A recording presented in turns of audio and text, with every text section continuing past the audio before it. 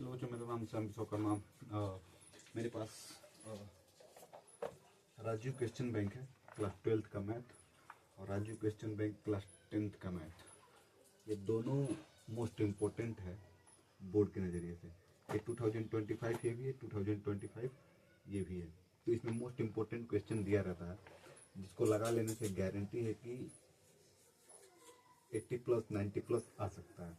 अब सिर्फ इसको पढ़कर चले जाएं तो अच्छा खासा नंबर स्कोर गेन कर सकते हैं। फिलहाल हम क्लास 10th की बात करेंगे, इंपॉर्टेंट क्वेश्चंस की बात करेंगे। तो इसका एक हम अलग प्लेलिस्ट बनाएंगे। उस प्लेलिस्ट में हर एक चैप्टर का इंपॉर्टेंट क्वेश्चन सॉल्व करेंगे। देखिए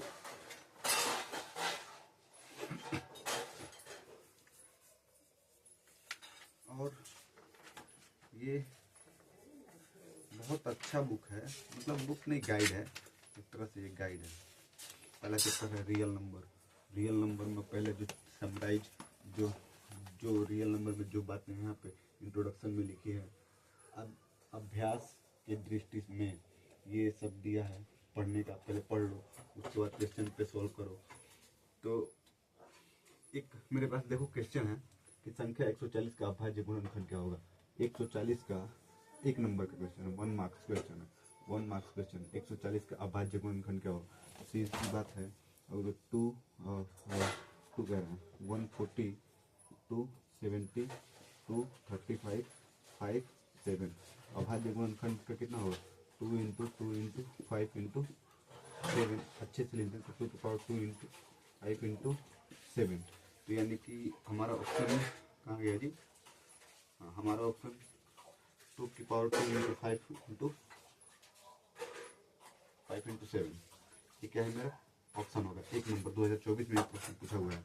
और देखते हैं कि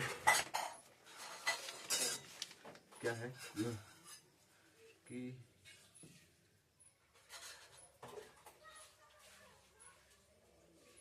25 वाला क्वेश्चन तो नहीं दिख रहा है।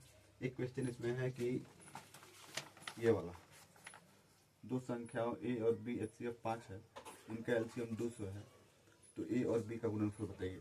अच्छा, ये भी मोस्ट इम्पोर्टेंट बन जाता है। देखना कह रहा है कि एक नंबर में कह रहा है कि a और b दो नंबर है, इन दोनों का HCF 5 है और उनका एलसीएम, इन्हीं दोनों का एलसीएम 200 है।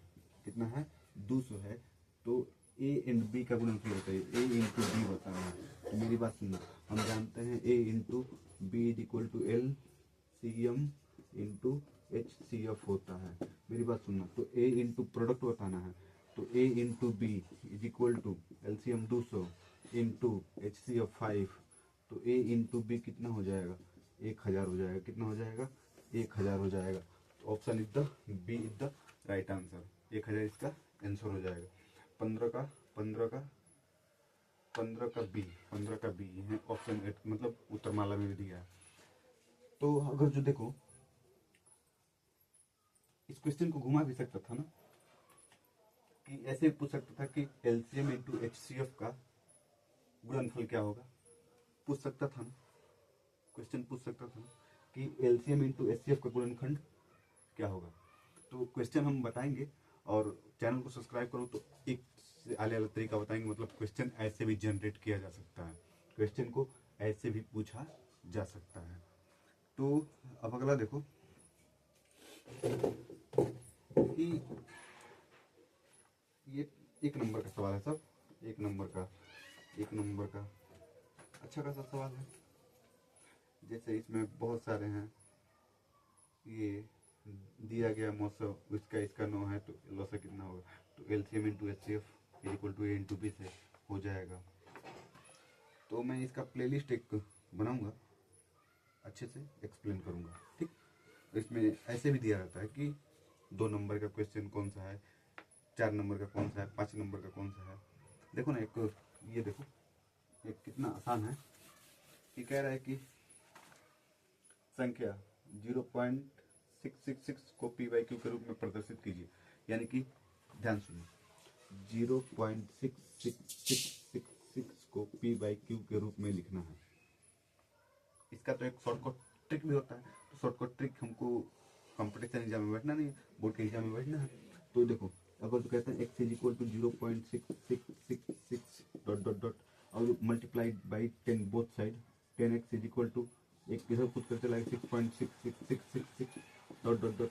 अब देखो माइनस करेंगे 9x इज इक्वल टू 6, अब यहाँ पे x इज इक्वल टू 6/9 2 3 यानी कि x is equal to 2/3, x की वैल्यू कितनी मिली 2/3, मतलब p/q के रूप में हमने लिख दिया। तो आ गया आ गया जी।